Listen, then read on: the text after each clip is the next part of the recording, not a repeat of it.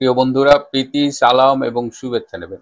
এত ঘটনা ঘটতেছে যে কোনটা রেখে কোনটা করি, এরকম একটা অবস্থা আর কি। কালকে ঘটনা বহুল ছিল, আপনারা জানেন, সেগুলো নিয়ে আসলে ব্যস্ত ছিলাম। কিন্তু এর মধ্যে আরো কিছু ঘটনা ঘটেছে। এই যে ডক্টর ইনুসের যে প্রেস উইং, যেটা হিটলারের প্রেস উইং ছিল, যে গোয়েবলস, সে গোয়েবলসও মনে হয় এখন বেঁচে থাকলে লজ্জা পেত এই ডাস্টবিন শফিকের পারফরমেন্স দেখে। মানে মিথ্যে কত শিল্পিত হতে পারে, কত চমৎকার ভাবে উপস্থাপন করতে পারে, এবং যার আপাদমস্তক মিথ্যে মোড়া। তো এই লোক এই গত 15 মাস জাতির কাঁধে চেপে বসেছিল আর কি। জাতির ইনুসের সমগ্র সামগ্রিক ভাবে একবারে পাইন মেরে ফেলাইছে আর কি। এখন তিনি এক্সিট প্ল্যান খুঁজতেছে। আপনারা জানেন যে ইনুস সরকারের অনেকে এক্সিট প্ল্যান খুঁজতেছে। তো সে একটা অভিনব এক্সিট প্ল্যান খুঁজতেছে। একটা হলো যে যদি দেশের বাইরে পালায় যেতে পারে ডক্টর ইনুসের সাথে, সেটা অন্য কথা, কিন্তু ডক্টর ইনুস যে পরিমাণ সেলফিশ, তাতে শফিক মফিকের সাথে নেবে কিনা আল্লাহই জানে। যাই হোক, তিনি একটা প্ল্যান বি করে রাখছেন, যে তিনি রোজার ওই আগামী ফেব্রুয়ারি মার্চের দিকে তবলিগে যাবেন। 3 চিল্লা 120 দিন তিনি তবলিগে থাকবেন, এবং তবলিগে তিনি আসলে আত্মগোপনে থাকবেন, এবং তিনি বলেও দিচ্ছেন কোন দিকে থাকবেন।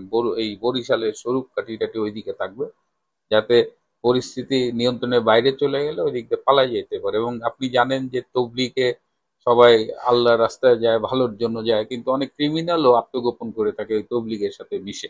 আবার তিনি বলতেছেন যে এটা তার মামা বাড়ির আবদারের মতো আর কি, যে তবলিগে যারা যায় তারা বিভিন্ন ভাষায় বা মানুষজনকে ধর্মের পথে দাওয়াত দেয়, তিনি এগুলো করতে পারবেন না আর কি। তিনি ধর্মীয় রিকোয়ারমেন্ট পালনের জন্য তো যাচ্ছেন না, তিনি যাচ্ছেন তো আসলে আত্মগোপনের জন্য। এর বাইরে আরো একটা ইন্টারেস্টিং ঘটনা ঘটেছে গতকাল। যেহেতু আইসিটিতে একটা মানে সাজানো রায় দিয়েছে, আবার 32-এ মানে 32 ভেঙে গুড়িয়ে দেওয়ার পরেও তাদের স্বাদ মেটে নাই, আবার 32-এ গেছে, আর্মির সাথে দাওয়াদাই হয়েছে, পুলিশের সাথে দাওয়াদাই হয়েছে।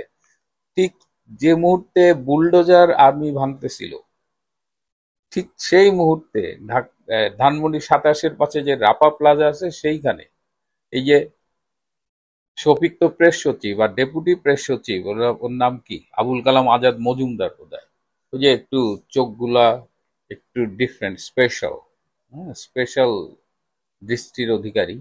সে তো মানুষে মানুষ মনে করে না। ডেপুটি প্রেস সচিব হওয়ার পর থেকে তার ব্যবহার এত খারাপ হয়েছে যে কালকে সে গাড়ির মধ্য থেকে আর পথচারী কয়েকজনের সাথে ভীষণ খারাপ ব্যবহার করছে আর কি। মানে দেখে নিবে আর কি, তারা তো এখন দেশের রাজা। তারপরে কি হলো, প্রথমে দেখেন যে সে গাড়ির মধ্যে বসে কিভাবে ট্রেড করতেছে, এবং তখন এই মোহাম্মদপুর থানা ওইদিকে মানে থানার থেকে পুলিশ আসছে, এবং পুলিশ এসে তাকে উদ্ধার করছে, তাকে থানায় নিয়ে গেছে, এবং পরে মুচলেখা টুচলেখা দিয়ে তাকে ছাড়া হয়েছে। সুতরাং দেখেন, পাবলিক রোষ কিন্তু শুরু হয়ে গেছে আর কি। এরপরে আরো কি কি অপেক্ষা করছে সেটা দেখার জন্য আমাদের আহ, কিছুদিন অপেক্ষা করতে হবে। তবে ঘটনা শুরু হয়ে গেছে, এবং এরা কিন্তু গণধোলাই খাওয়া শুরু করছে, যেটা খাইলেন এই ডেপুটি প্রেস সচিব আজাদ মজুমদার। এবং সবশেষে দেখেন, আমরা যে বারবার বলছি যে এই রায় অনেক আগে থেকেই লেখা। এই যে গতকাল আইসিটিতে শেখ হাসিনার বিরুদ্ধে যে রায় দিয়েছে, আমরা জানতাম কি রায় হতে পারে। এবং এই প্রেস রিলিজ দেখেন, কালকে রায়ের পরে একটা ফেসবুকে স্ট্যাটাস দিয়েছে। দেখেন, 17ই আগস্ট, মানে তারা স্ট্যাটাসটা পর্যন্ত সেই আগস্ট মাসে লিখে রাখছে। পরে যখন পাবলিক দেখা দিছে, তখন আবার ওইটা ঠিক করে 17ই নভেম্বর করছে। তার মানে বুঝতে পারতেছেন যে কি কিভাবে দেশ চালাচ্ছে ডক্টর ইউনূস, এবং কি প্রেস রিলিজ নিয়ে সে বসে আছে। হঠাৎ করে আমি কেন বললাম যে বাংলাদেশে ইন্ডিয়া কি সার্জিক্যাল স্ট্রাইক করবে কিনা, এটার কারণ কি শেখ হাসিনা বিরুদ্ধে রায়, ফাঁসি হয়ে রায় দিয়েছে এই জন্য কিনা? না, এই জন্য না। আসলে পুরো দক্ষিণ এশিয়ার সাথে এই মুহূর্তে বাংলাদেশও নিরাপত্তার হুমকির ভেতরে চলে গেছে। তার কারণ বাংলাদেশের এই মৌলবাদী দুর্বল ইন্ট্রিম গভর্নমেন্ট, যারা মৌলবাদীদের আতুরঘর হিসেবে পরিচিত, সেটা এবং নিরাপত্তাহীনতা, কোনো ব্যালেন্স নেই, কোনো কিছু নেই, যার কারণে বাংলাদেশের অবস্থা আসলে এখন হুমকির মুখে। আপনারা হয়তো অনেকে জানেন, অনেকে জানেন না যে ইন্ডিয়ার সবচেয়ে প্রচার বহুল ইংরেজি দৈনিক, যেটা সারা বিশ্বের অনেক লোকে পড়ে, ইন্ডিয়াতে কোটি লোক পড়ে, এটা অনলাইন অফলাইন প্রিন্টিং বিভিন্নভাবে প্রকাশিত হয়। এবং এই ইংরেজি দৈনিকটা সবচেয়ে সুপরিচিত হচ্ছে গোয়েন্দা রিপোর্ট ফাঁস করার সবচেয়ে বড় কারিগরি পত্রিকা। মানে যে কোনো গোয়েন্দা রিপোর্ট সর্বপ্রথম তারা পেয়ে যায় এবং তারাই এটাকে মার্কেটে নিয়ে আসে মানুষের সামনে। সেই পত্রিকাটির নাম হচ্ছে ডেকেন ক্রনিক্যাল। ডেকেন ক্রনিক্যাল, আমি আপনাকে ছবিটা দিয়ে দিচ্ছি সে পত্রিকার, আর ব্যাক সাইডেও দেখবেন, এবং আমি রিপোর্টের পুরো অংশগুলো ওয়ান বাই ওয়ান করে আপনাদেরকে স্ক্রিনশটে দেখিয়ে দিব। এই পত্রিকাতে একটা রিপোর্ট 15 তারিখে ছাপা হয়েছে, যেটা আমরা পাওয়ার পরে এটাকে পুরোটা পড়ে এবং দেখে যা বুঝলাম, এটা একটা বিভীষিকাময় অধ্যায়। ভারতের যতগুলো নিরাপত্তা সংস্থা আছে, দিল্লির দিল্লির যে রেড ফোর্ট বিস্ফোরণের পরিকল্পনা, এরা বলছে যে বাংলাদেশের লিঙ্ক পাওয়া গেছে। টোটাল ভারতের এই আপনার র থেকে শুরু করে আরো যে কয়টা 6টা 7টা আছে, এগুলো সবাই বলছে দিল্লির রেড ফোর্টের যে বিস্ফোরণ, সেখানে ওরা সরাসরি ঢাকা লিঙ্ক, মানে ঢাকার লিঙ্ক। এই বিস্ফোরণের সাপ্লাই যেটা হয়েছে, যে ম্যাটেরিয়াল গুলো সাপ্লাই হয়েছে, পাকিস্তান থেকে পশ্চিমবঙ্গ সীমান্ত রুটে দিয়ে এসেছে। এটা ইন্ডিয়ান টেরর ট্রেল ট্রাম সরাসরি মুর্শিদাবাদ হয়ে রাজশাহী রুটে এই আইটেমগুলা, বিস্ফোরকগুলা গিয়েছে। এবং এইটার ব্যাপারে একটা বৈঠক হয়েছিল, এই আইটেমগুলা ঢুকার সময় এবং কিভাবে কি করাবে এটার ব্যাপারে ঢাকার বনানীতে একটা বৈঠক হয়েছে, যেখানে 7জন ব্যক্তি উপস্থিত ছিলেন। টোটাল 7জন ব্যক্তি। সেই 7জন ব্যক্তি কারা, তাদের নামগুলো আমি একটু আপনাদেরকে পড়ে শোনাচ্ছি। প্রথম, জুবায়ের আহমেদ চৌধুরী, হিজবুত তাহিরির ঢাকা প্রধান। জুবায়ের আহমেদ চৌধুরী, হিজবুত তাহিরির ঢাকা প্রধান। 2 নম্বরে আছে ইফতিসাম ইলাহি জাহির, পাকিস্তানের জামিয়াতুল মারকাজি আহিদের নেতা, মানে পাকিস্তানি সন্ত্রাসী গোষ্ঠীর নেতা। 3 নম্বরে ডক্টর নাসিরুল গনি, এটা হচ্ছে যে অন্তর্বর্তী সরকার, মানে আমাদের বর্তমান ইন্টারিম গভর্নমেন্টের হোম অ্যাফেয়ার্স সেক্রেটারি, মানে স্বরাষ্ট্র মন্ত্রণালয় বা প্রতিরক্ষা মন্ত্রণালয় যারা দেখে সেই জন। ইব্রাহিম, এটা হচ্ছে ডাক্তার নজরুল গনি, আপনারা চিন্তা করতে পারেন। এবং আরেকজন হচ্ছে যে Mohammad Aziz, Dhaka north corporation CEO of হিজবুত তাহিরির সমন্বয়কারী। 5 নম্বরে এবিটি, অস্ট্রেলিয়া বাংলা টিম এর 2 সদস্য। এটা হচ্ছে না, সরি, এবিটি, এটা হচ্ছে আনসারুল্লাহ বাংলা টিম। এবিটি আনসারুল্লাহ বাংলা টিমের 2 জন। এবং সুমন আহমদ, সেটা হচ্ছে যে বিস্ফোরক বিশেষজ্ঞ নাকি। এই 7জন ব্যক্তি, যার মধ্যে দেখেন ডাক্তার নজরুল গনি অন্তর্বর্তী সরকারের হোম অ্যাফেয়ার্স সেক্রেটারি, মানে আপনার secretary of the home affairs বলতে আপনার স্বরাষ্ট্র মন্ত্রণালয় বুঝি আমরা, বা আপনার নিরাপত্তা বিভাগ পুরাটা, সে সহকারী। এবং আপনার ঢাকা নর্থ সিটি কর্পোরেশনের সিইও মোহাম্মদ আজিজ, মানে হিজবুত তাহরির সমন্বয়কারী, সে বেটাও ছিল। এবং এবিটি আনসারুল্লাহ বাংলা টিমের 2 জন, সুমন আহমেদ বিস্ফোরক বিশেষজ্ঞ। এবং সবচেয়ে মজার বিষয় কি জানেন, এই যে মুর্শিদাবাদে যে মালগুলো নিয়ে যাওয়া হয়েছিল, এই মুর্শিদাবাদে একজন বাঙালি আছে, যে নাকি একটা গোয়েন্দা সংস্থার এক কর্মকর্তাকে হত্যার দায়ে ফাঁসির দণ্ডাদেশ প্রাপ্ত আসামি, সে মুর্শিদাবাদে যে পালাইয়াছিল। তার বাসায় এগুলো রাখা হয়েছিল, সেখান থেকে আবার সে দিল্লি পর্যন্ত নিচে, সম্ভবত ওই লোককেই কট করে ফেলা হয়েছে। ওই লোককে কট করার পরেই এই কাহিনী হয়েছে। এখন ওরা যে বলছে ঢাকার বনানীতে যে মিটিংটা হয়েছিল, সেইখানে হচ্ছে আপনার পাকিস্তান জামিয়াতে, যেটা ওই যে পাকিস্তানের সবচেয়ে বড় নেতা ইহাদি সন্ত্রাসী সংগঠনের যে নেতা ইব্রাহিম ইলাহি জহির, সে ছিল আপনার ইয়েতে, কি বলে আপনার এই কনফারেন্স কলে। বাকিরা সেখানে টেবিলে সামনাসামনি বসে এটা কথা বলেছে। ইন্ডিয়া এখন বলছে যে এই ভিডিও রেকর্ডগুলো এই যে ওখানে কথা হয়েছে, কে কে ঢুকেছে সেদিন বনানীর সে হোটেলে, সেগুলোর ভিডিও রেকর্ড, এগুলো সব ইন্ডিয়া চাচ্ছে। হয়তো এতক্ষণ রয়ের কাছে আছো, আমরা হয়তো জানি না, কিন্তু সরকারকে বলছে যে এগুলো চেক করো, তোমরা তদন্ত করে আমাদের বলো। তা এই যখন অবস্থা, এই যে হিজবুত তাহিরি, তারপরে আপনার আনসারুল্লাহ বাংলা টিম, এদের সমস্ত সেলগুলো, যত স্লিপার সেল আছে বাংলাদেশে বর্তমানে, বিশ্ববিদ্যালয়, মাদ্রাসা, এগুলো সবগুলোতে ওরা ওদের ছাত্র ছাত্রী রিক্রুট করছে, যে এবং রিক্রুট করে এগুলো সীমান্তের ঝুঁকিপূর্ণ অঞ্চল গুলোতে পাঠাচ্ছে, যেহেতু অন্তর্বর্তী সরকারের এখন কোনো কন্ট্রোলিং এ নাই। যার কারণে ভারত কিন্তু প্রচন্ড সতর্ক। এখন আপনারা বলতে পারেন যে ভারত হঠাৎ করে সতর্ক, কারণ হচ্ছে শেখ হাসিনার গভর্নমেন্ট ফল করার পরে যেইভাবে আমরা চিল্লা চিল্লি করা হয়েছে, যে মানে ফাটাই ফেলবো, মারি ফেলবো, 50 লাখ আমাদের হিজবুত তাহরীর লোকজন আছে, এগুলো বলে টলে তো আমরা একাকার করছি। আর সবচেয়ে বড় বিষয় যেটা, পাকিস্তানের সবচেয়ে বড় সন্ত্রাসী সংগঠন যেটা, তার নেতা, তার প্রধান নেতা পাকিস্তানে একটা জনসভায় বলছিলেন যে আমরা নিশ্চুপ বসে নাই, এই আপনার সিঁদুর 01-এর প্রতিশোধ আমরা নিব, এবং সেই প্রতিশোধ নেওয়ার জন্য আমরা নিশ্চুপ বসে নাই, আমাদের এক হাত অলরেডি বাংলাদেশেই আছে। এটাই ছিল মূল কাহিনী। যে এই ভাষণের পর থেকে ইন্ডিয়াতে একটা তোলপাড় শুরু হয়েছে, তারা তখন এই চায়। আর এই বিস্ফোরণের পরপরই প্রথমে কিন্তু ওরা পাকিস্তান, তারপরে আপনার আফগানিস্তান, কাউরেই দোষারোপ করে না, তারা বলছে এটা সন্ত্রাসী হামলা, আগে দেখি আমরা কি কি। কারণ হচ্ছে ওনাদের দেশেরই তো 4 জন ছিল, 4 জন ডাক্তার, তাও ডাক্তার ছিল, সবই মুসলমান ডাক্তার। এরপরে আস্তে আস্তে খুঁজতে খুঁজতে খুঁজতে খুঁজতে এখন যাইয়া পাকিস্তানের সাথে আইসা পড়ছে কে, বাংলাদেশ। তা ভারত যেহেতু পাইছে এটা বাংলাদেশের, এবং ওনাদের ওদের সর্বোচ্চ 4টা গোয়েন্দা সংস্থা, ছোটখাটো গোয়েন্দা সংস্থা, সবাই এখন জানে, সবার কাছে রিপোর্ট, সেম রিপোর্ট, যে এখানে বাংলাদেশ জড়িত। এখন এই যে বাংলাদেশ জড়িত এখানে, এখন তাহলে ভারত কি সার্জিক্যাল স্ট্রাইক করবে? হ্যাঁ, সার্জিক্যাল স্ট্রাইক করবে, তবে সার্জিক্যাল স্ট্রাইকটা করবে সেটা হচ্ছে যে অন্য টেকনিক হয়তো করবে।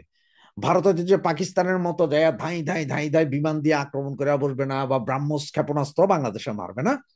তবে এমনও হইতে পারে যে বাংলাদেশে আগামী 15-20 দিন বা 1 মাসের ভিতরে আপনারা বিভিন্ন জঙ্গি সংগঠনের বিভিন্ন নেতা কর্মীদের লাশ খালে বিলে, রাস্তায় ঘাটে, চায়ের দোকানে, বাসর ঘরে, এগুলোতে পাইতে পারেন। এই এক হইতে পারে। অথবা সামান্যতম সার্জিক্যাল স্ট্রাইক করতে পারে। সেটা হচ্ছে ভারত যেহেতু বলছে 42টা সন্ত্রাসী কর্মকাণ্ড চালানোর মতো ক্যাম্প, মানে 42টা মৌলবাদী ক্যাম্প বাংলাদেশের ভেতর আছে, যেগুলো ওরা নির্দিষ্ট করে দেখিয়ে দিয়ে গেছিল এর আগে যে গোয়েন্দা সংস্থা 3 জন আসছিল ওরা। হয়তো এগুলোতে সরাসরি ওরা ওখান থেকে ড্রোন হামলা টামলা করে এগুলার উড়াই দিতে পারে। এবং এর ভিতরে যতটুকু জানা গেল যে মানে বর্ডার এরিয়ায় 5-6টা মাদ্রাসা আছে, ঢাকা শহরের ভিতরে আছে বেশ কয়েকটা মাদ্রাসা, চিটংয়েও আছে কয়েকটা। এই মাদ্রাসাগুলো নাকি সবগুলো জঙ্গি তৈরির কারখানা। এগুলাতে যে কোনো সময় তো ড্রোন দিয়েও মারতে পারে, অথবা এখানে যারা জঙ্গি উৎপাদন করতেছে যেসব লোকগুলা, তাদের হয়তো ধাই ধাই করে খাইয়া দিতে পারে। এবং যেহেতু স্বরাষ্ট্র মন্ত্রণালয়ের একজন জড়িত, এই জন্যই বাংলাদেশ সরকারের উপর চাপ দিচ্ছে। এবং ভারত এখন তো কূটনীতিক ভাবে চাপ দিবে, এরপর আন্তর্জাতিক দুনিয়া যেটা আছে, আমেরিকা, ইউরোপীয় ইউনিয়ন, এদের সবাইকে বুঝাই দিবে যে এই অবস্থা, বাংলাদেশ এখন এই অবস্থা, সুতরাং তাদের একটা সমর্থন আদায় করবে। কারণ হচ্ছে পাকিস্তান যে সন্ত্রাসী এটা সবাই জানে, সারা পৃথিবী জানে, যার কারণে পাকিস্তানরে সকাল বিকাল মারা সোজা। এখন বাংলাদেশের ক্ষেত্রে বাংলাদেশটাকে আসলে এতদিন সন্ত্রাসী কার্যক্রম করছে বা কিছু করছে জানতো না, তবে ইদানিং এর ভিতরে বিভিন্ন আন্তর্জাতিক মিডিয়া এবং আপনার বিশেষ করে ইউরোপীয় ইউনিয়ন সহ আপনার পশ্চিমা বিশ্বের অনেক দেশ বাংলাদেশের উপর কঠিন নজর রাখছে, মৌলবাদীদের উত্থান হচ্ছে। যার কারণে কিছুদিন আগে দেখছেন যে কানাডা আপনার বলেছে যে এই দেশ সে যাওয়া আসা খুব সাবধানে, আরো অনেক দেশ আস্তে আস্তে বলবে। সুতরাং এদেরকে হয়তো এখন এই রিপোর্ট সহ এগুলো বোঝানো খুব সম্ভব, কারণ জঙ্গি হামলার ভয় সারা পৃথিবীতে পায়। আর ইউরোপ ইউরোপ তো এমন এক অবস্থা, আপনার দেখেন ওই যে বেশ কিছুদিন আগে 2003 না জানে 4-এ ইংল্যান্ডে ট্রেন স্টেশনের ভিতরে একটা বোমা হামলা হয়েছিল। এরপর থেকে যে আপনার ময়লা ফালানোর জন্য যে বাস্কেট থাকতো আগে মেট্রো স্টেশনগুলোতে, কোথাও এখন আর নাই। কারণ হচ্ছে ওদের ভয় হচ্ছে যে এইটার ভিতরে কেউ রেখে যেতে পারে। এবং সারা ইউরোপের রাস্তায় লক্ষ লক্ষ ময়লা ফালানোর জন্য ঝুড়ির মতো পাবেন, কিন্তু এগুলো সবগুলো হোয়াইট পলিথিন, মানে আপনার 2 মাইল দূর থেকে দেখবেন যে ওইখানে কি আছে, এই অবস্থায়। আর ইসলাম ফোবিয়া তো আছে সারা দুনিয়াতে, ইসলামিস্টরা এটা করতে পারে, এটা সবাই জানে। আর এখন এই যে 15 জন না জানে 30 জন যেটা ভারতের মারা গেল, এইটাকে ওরা এখন এমন ভাবে তুলতেছে যে ওই যে প্যালেস্তাইনিরা হামাস যেরকম ইসরায়েলে মারছে, সুতরাং মারছে ঠিক সেম কন্ডিশনে হয়তো হইতে পারে। আর এইটা হইলে ব্যাপক বিভীষিকাময়। এবং যদিও এরকম যে আপনার পাশের বাড়িতে আগুন লাগলে নিজের বাড়িতে আগুন লাগতে পারে, সেম অবস্থাই হবে। কারণ ঢাকা শহরে যদি একটা দুইটা মাদ্রাসায় যদি এইভাবে জঙ্গি উৎপাদনের কারখানা বলে যদি ড্রোন অ্যাটাক করে দেয় বা কিছু অ্যাটাক করে দেয়, সেখানে বাস বিচার করবে না। আর সারা পৃথিবীও বলবে না কখনো যে ওখানে তো বাচ্চারা পড়তো, ওখানে তো সবাই তখন কবে যে পটুখোর মৌলানাদেরকে পিটছি। মানে বাচ্চা মরছে না কি মরছে জানি না, আমার দেশে যে মারছে 30 জন তাদের কি। আবার ইকোনমিক প্রেশারও দিতে পারে, বিদ্যুৎ বন্ধ, ওই বন্ধ, সেই বন্ধ, ট্রেডিং বন্ধ, সব করতে পারে। এখন সার্জিক্যাল স্ট্রাইকের যে আসলে কোন পর্যায়ে যাবে ইন্ডিয়া বা কিভাবে কি করবে সেটা এখনো বোঝা যাচ্ছে না। আবার এমনও হইতে পারে যে তারা হয়তো তাদের গোয়েন্দা সংস্থার 1-1,500-2,000 লোক ঢুকাই দিবে, সারা বাংলাদেশের বিভিন্ন জায়গা থেকে ওরা ইচ্ছা মতন যেগুলো যেগুলো টেরর তুইলা নিবে ফালাই দিবে, তুইলা নিবে ফালাই দিবে, একটু লাফাইছেন ফালাই দিবে, এইভাবে চলবে হয়তো মাসখানেক। এরপর আপনার হিসাব করে দেবে 1000 খানিক শেষ, টেরর শেষ। আবার পাকিস্তানি, আর এখন দেখবেন যে ওই যে পাকিস্তানি যেসব মৌলবাদীরা ছিল এরা কিন্তু এখন আর বাংলাদেশে আসবে না, দেখবেন ওরা এখন যখন এটা দেখছে যে বাংলাদেশের রিপোর্ট খারাপ, তারা আর বাংলাদেশে আসবে না। কারণ তারা জানে যে এইখানে আসলে এরা যেখানে আসবে ইন্ডিয়া কিন্তু ডিরেক্ট বোমা মারবে, ওইখানে কিন্তু আর আইসা ওই যে মারবে না, ওইখানে একদম ওই অঞ্চল ওই জায়গার ভিতরে বোম মেরে দিবে। সুতরাং আমরা আমাদেরকে সাবধান করতে হবে, আমরাই সাবধান থাকতে হবে যে কিভাবে করি। বাংলাদেশের জনগণের কাছে তাই আবেদন, এই পাকিস্তানি মৌলবাদীরা যাতে বাংলাদেশে না আসতে পারে সেই ব্যাপারে প্রতিবাদ করেন, সরকারের উপরে আরো বেশি চাপ দেন যে আপনাদের এইসব কারণে আমরা বেঘরে প্রাণ হারাব। মানবতা বিরোধী অপরাধের জন্য শেখ হাসিনাকে মৃত্যুদণ্ড দিয়েছে আন্তর্জাতিক অপরাধ ট্রাইব্যুনাল। কিন্তু এই রায় কার্যকর হবে কিভাবে? অনেকেই দাবি দাওয়া করছেন এতদিনের ভিতরে এটি কার্যকর করতে হবে, না হলে শান্তি নেই, এগুলো বলছেন। সে কারণেই আজকের এই আলোচনাটি করতে চাই। কারণ আমরা দেখেছি যে গত 16 মাস ধরে অনেক চেষ্টা করেও শেখ হাসিনাকে দেশে ফেরাতে পারেননি প্রফেসর ইউনূস, অর্থাৎ অন্তর্বর্তী সরকার অনেক চেষ্টা করেছে কিন্তু তারা সফল হয়নি। তো এই যে 17 নভেম্বর যে রায় ঘোষণা হলো, এই রায় ঘোষণার পর শেখ হাসিনার প্রত্যর্পণ নিয়ে আবারও সরব হয়েছেন আইন উপদেষ্টা আসিফ নজরুল। তিনি বলেছেন শেখ হাসিনাকে ফিরিয়ে দিতে ভারত সরকারের কাছে আবারও চিঠি দেওয়া হবে। ভারত প্রত্যর্পণে অস্বীকৃতি জানালে ঢাকা এর তীব্র প্রতিবাদ জানাবে। তখন বুঝতে হবে, আসিফ নজরুল বলছেন, বাংলাদেশ এবং বাংলাদেশের মানুষের বিরুদ্ধে এটা ভারতের শত্রুতা এবং এটি একটি নিন্দনীয় আচরণ।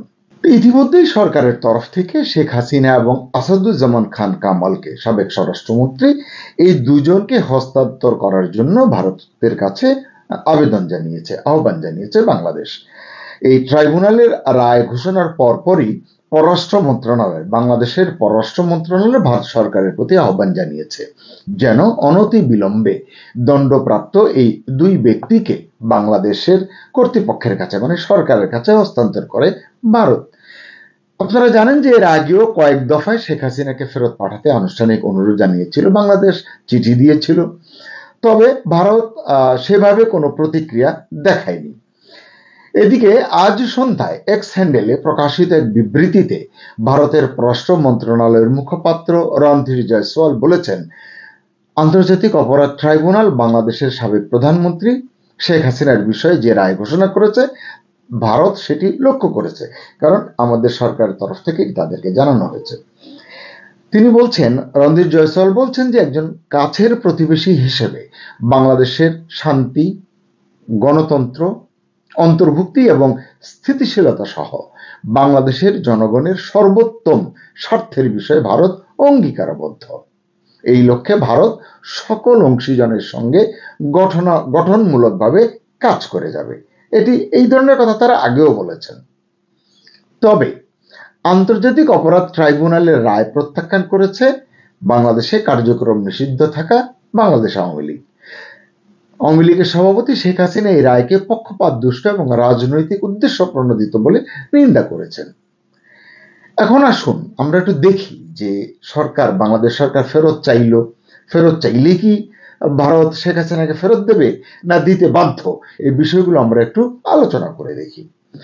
ভারতের সঙ্গে আমাদের প্রত্যর্পণ চুক্তি আছে, এটা ঠিক কথা, কিন্তু সেই চুক্তির আগে পিছে মানে সামনে পেছনে কি আছে যথেষ্ট ফাঁকফোকর আছে বলেই বিশেষজ্ঞরা বলছেন।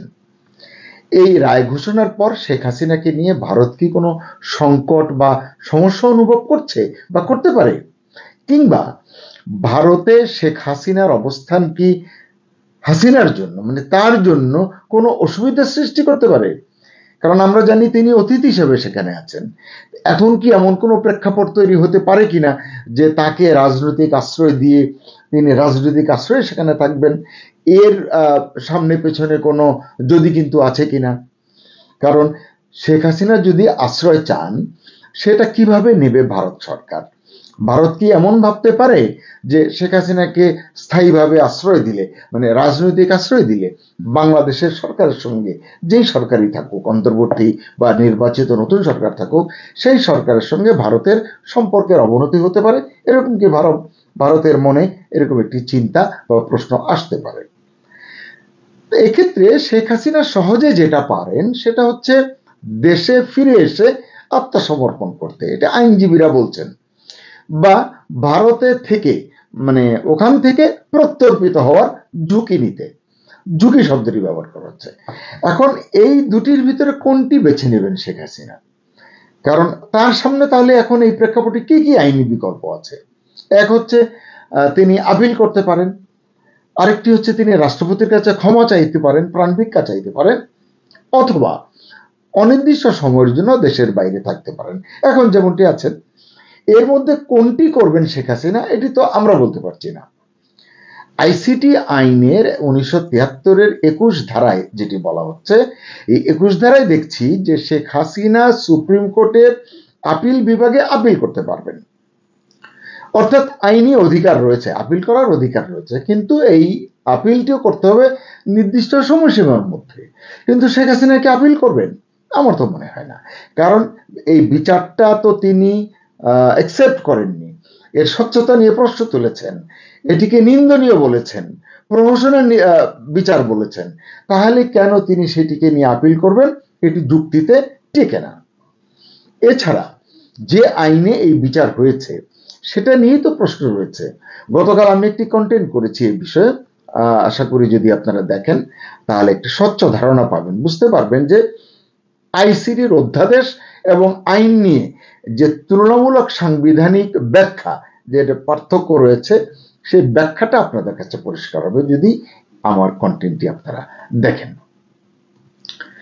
এছাড়া আপিল করতে হলে তো তাকে দেশে আসতে হবে, আত্মসমর্পণ করতে হবে, তো এটার সম্ভাবনা তো নেই বললেই চলে। আর রাষ্ট্রপতির কাছেও ক্ষমা চাইবেন বলে মনে হয় না। তাহলে শেখ হাসিনাকে কি বাংলাদেশের হাতে এমনিতেই তুলে দিতে বাধ্য হবে ভারত, বা তুলে দিবে? এই সংক্রান্ত আইন আসলে কি বলছে? দুদেশের মধ্যে যে প্রত্যর্পণ চুক্তি রয়েছে তাতে কি বলা হয়েছে সংক্ষেপে যদি একটু আলোচনা করি। আপনাদের নিশ্চয় মনে আছে গত অক্টোবরেও মানে 1 মাস আগেও গত মাসে শেখ হাসিনার প্রত্যর্পণ বিষয়ে ভারতের পররাষ্ট্র সচিব বিক্রম মিশ্রি বলেছিলেন এর সঙ্গে আইনি বিষয় জড়িয়ে আছে, উভয় দেশের মধ্যে তা নিয়ে আলোচনা হতে পারে। আমাদের দেশ থেকে কয়েকজন সাংবাদিক গিয়েছিলেন, তাদের সঙ্গে সাক্ষাৎকালে তারা যে তাকে প্রশ্ন করেছিলেন তার ভিত্তিতে তিনি এই জবাব দিয়েছিলেন। ভারত এবং বাংলাদেশের মধ্যে বন্দি প্রত্যর্পণ চুক্তি অনুযায়ী আদালতের রায়ে প্রত্যর্পণ করানোর মতো অপরাধ করে থাকলে সংশ্লিষ্ট ব্যক্তিকে এক দেশ অন্য দেশের হাতে তুলে দেবে, এটি চুক্তিতে বলা আছে। 2024 সালের ডিসেম্বরেই শেখ হাসিনাকে ফেরত চেয়ে নয়াদিল্লিতে যে কূটনৈতিক চিঠি পাঠিয়েছিল অন্তর্বর্তী সরকার, তখন ভারত কি জানিয়েছিল? ভারত জানিয়েছিল তখন অন্তর্বর্তী সরকার যেহেতু অনির্বাচিত, তাই অন্য রাষ্ট্রের নির্বাচিত সরকারের কাছে, এক্ষেত্রে ভারত, মানে তাদের কাছে কোনো রাজনৈতিক নেতার প্রত্যর্পণ চাইলে আইনি দিকগুলো খতিয়ে দেখার কথা তারা বলেছিল। মানে এটি তখন এটি লম্বা প্রক্রিয়ার বিষয়। তো এই প্রেক্ষাপটে ভারত শেখ হাসিনাকে প্রত্যর্পণে বাধ্য কিনা এ বিষয়ে বিশেষজ্ঞরা কি বলেন? বিশেষজ্ঞদের কেউ কেউ বলছেন যে বন্দি প্রত্যর্পণ চুক্তির মধ্যে থাকা বেশ কয়েকটি শর্তের জন্যই ভারত শেখ হাসিনাকে ফেরত দিতে বা ফেরাতে বাধ্য নয়। কলকাতার যাদবপুর বিশ্ববিদ্যালয়ের আন্তর্জাতিক সম্পর্ক বিভাগের অধ্যাপক অনিন্দ্যজ্যোতি মজুমদার বলেছেন, ভারত শেখ হাসিনাকে ফেরাতে বাধ্য নয়, কারণ বাংলাদেশের সঙ্গে ভারতের প্রত্যর্পণ চুক্তি থাকলেও, মানে এ সংক্রান্ত চুক্তি থাকলেও সেখানে এমন কিছু শর্ত রয়েছে যার জন্য নয়াদিল্লি সেটি মানতে বাধ্য নয়। আবার রবীন্দ্র ভারতী বিশ্ববিদ্যালয়ের রাষ্ট্রবিজ্ঞানের অধ্যাপক সব্যসাচী বসু রায় চৌধুরী তিনি বলেছেন, সোমবারের রায়ের পর, মানে 17 নভেম্বর যে রায় হয়েছে ট্রাইব্যুনালে, এই রায়ের পর বাংলাদেশে শেখ হাসিনার প্রাণ সংশয়ের সম্ভাবনা রয়েছে। তাই ওই চুক্তিতে থাকা নিয়ম অনুসারেই ভারত শেখ হাসিনাকে বাংলাদেশে প্রত্যর্পণ করতে বাধ্য নয়।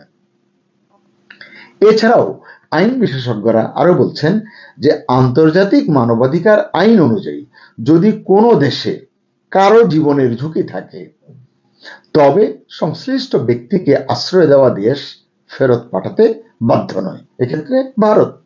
হাসিনার ক্ষেত্রে ওই আইনের কথা তুলতে পারে ভারত। সংক্ষেপে দেখা যাক কি বলছে আসলে ভারত বাংলাদেশ প্রত্যর্পণ চুক্তি। যে কয়েকটি আলোচনা করলাম, আরো 2-1টি পয়েন্ট আছে। 2013 সালে এই প্রত্যর্পণ চুক্তি স্বাক্ষরিত হয়েছে। এতে বলা হয়েছে, আদালতের রায়ে প্রত্যর্পণ করানোর মতো অপরাধ করে থাকলে সংশ্লিষ্ট ব্যক্তিকে এক দেশ অন্য দেশের হাতে তুলে দেবে। এই বিষয়ে বিস্তারিত ব্যাখ্যায় বলা হয়েছে, ন্যূনতম 1 বছরের জেল হতে পারে এমন অপরাধ করে থাকলে সেই ব্যক্তিকে প্রত্যর্পণ করা হবে। মানে তীব্র কিছু নয়, মানে মারাত্মক কোনো অপরাধ নয়, এরকম 1 বছর শাস্তি এরকম যদি হয়ে থাকে। আবার সেই অপরাধ চুক্তি স্বাক্ষর করা দুই দেশেই এই অপরাধটা শাস্তিযোগ্য বলে বিবেচিত হতে হবে। এক দেশে শাস্তিযোগ্য, আরেক দেশে নয়, তাহলে কিন্তু হবে না। যেই দেশ ফেরত পাঠাবে সেই দেশে যদি এটি শাস্তিযোগ্য না হয় তাহলে তারা ফেরত পাঠাতে বাধ্য নয়। 2016 সালে প্রত্যর্পণ প্রক্রিয়া আরো সহজ করতে চুক্তিটি সংশোধন করা হয়। তখন এতে বলা হয়, কারো নামে গ্রেফতারি পরোয়ানা থাকলেই তাকে প্রত্যর্পণ করা যাবে। সহজ করা হলো। কি বলা হলো? এজন্য অপরাধের প্রমাণ হিসেবে কোনো তথ্য, প্রমাণ, দলিল ইত্যাদি দাখিল করতে হবে না। চুক্তির এই ধারা মাথায় রেখেই আমার ধারণা অন্তর্বর্তী সরকার শেখ হাসিনাকে প্রত্যর্পণের জন্য ভারতের কাছে আবেদন জানিয়েছে, ডিসেম্বরে যে চিঠি লিখেছে। কারণ শেখ হাসিনার বিরুদ্ধে একাধিক মামলায় গ্রেফতারি পরোয়ানা জারি হয়েছিল। তবে এই চুক্তিতে স্পষ্ট বলা আছে, অপরাধটির যদি রাজনৈতিক চরিত্র থাকে তাহলে প্রত্যর্পণ করা হবে না। খুন, গুম করা এবং অত্যাচার, মানে যেগুলোর মধ্যে বেশ কয়েকটিতে শেখ হাসিনা অভিযুক্ত, এরকম যদি থাকে, অর্থাৎ রাজনৈতিক অপরাধের তালিকায় রাখা হবে না বলেও চুক্তিতে বলা হয়েছে। এই ধরনের যদি থাকে তাহলে এই রাজনৈতিক অপরাধের তালিকায় রাখা হবে না, এটা চুক্তিতে স্পষ্ট করে বলা হয়েছে।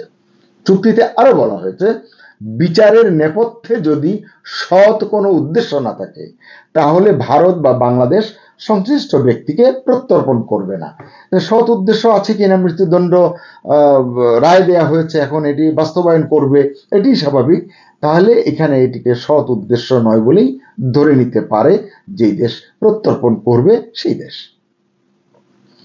শেখ হাসিনাকে প্রত্যর্পণ না করার জন্য এই যুক্তিগুলি হয়তো ভারত দেখাতে পারে, কারণ শেখ হাসিনা ইতিমধ্যেই বারবার তার বিরুদ্ধে রাজনৈতিক প্রতিহিংসামূলক আচরণ করা হচ্ছে বলে অন্তর্বর্তী সরকারের মাধ্যমে বা তাদের দ্বারা এই অভিযোগটি তিনি তুলেছেন, এবং বিচারের নামে প্রহসনের অভিযোগও তিনি তুলেছেন।